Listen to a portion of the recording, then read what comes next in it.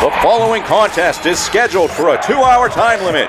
Introducing first, coming from Pittsburgh, Pennsylvania, wrestling reporter and columnist Justin LaBar. And his opponent, you.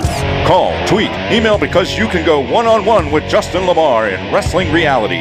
Right now on Trib Live Radio.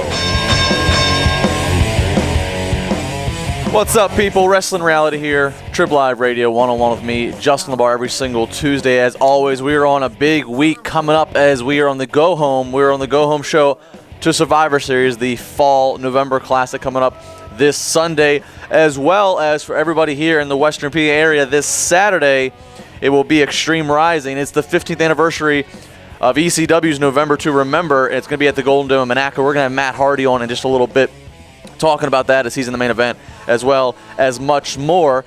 But let me get into what's really kind of getting at me right here, and that is the entire segment yesterday on Raw, the return of Jerry the King Lawler. Obviously, you don't have to be, everybody knows, it's happy to see the King back. It's great that, obviously great that he's alive, great that he's back in his commentary role. He got his ovation. He got to say his words of thank you. And then here comes CM Punk and Paul Heyman. I had said it as soon as the show opened, and Lawler obviously wasn't going to open up the show, and they went with JR and Michael Cole.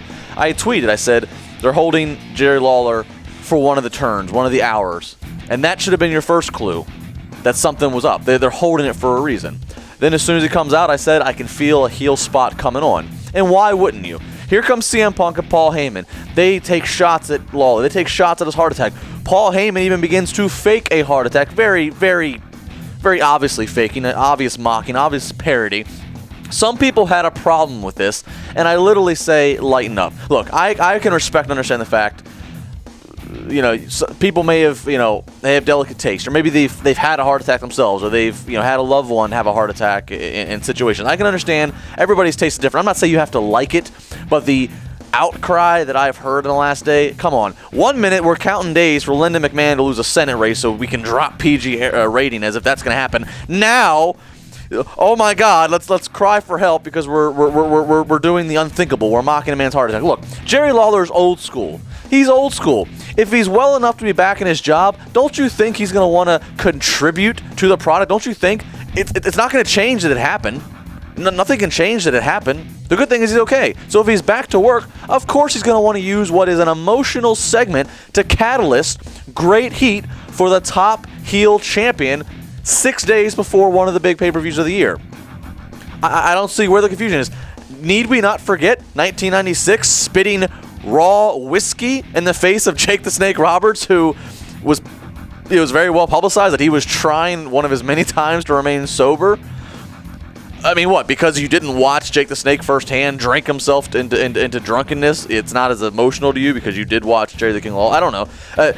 All the Stu and Helen Hart death remarks when he was feuding with Bret Hart in the 90s, the biggest worked rivalry ever with comedian Andy Kaufman and the lines they crossed. I mean, I don't know where the surprise is.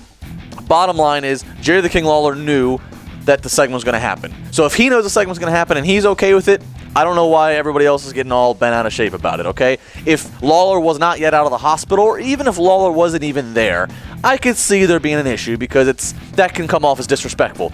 But it's part of a show. It's entertainment. And the last time I checked, you have a remote that can change the channels. I'm sure we're going to have a lot of opinions all through the show. 412-320-7925 is the number. sportstalk@tribweb.com. You can tweet me at Justin LaBar. Again, we're going to have Matt Hardy later talking about this event, Extreme Rising, coming up on Saturday. Plus, my good friend and lead singer from the Delaney, Zig Daniels, here in studio with me for the rest of the show. We'll be back.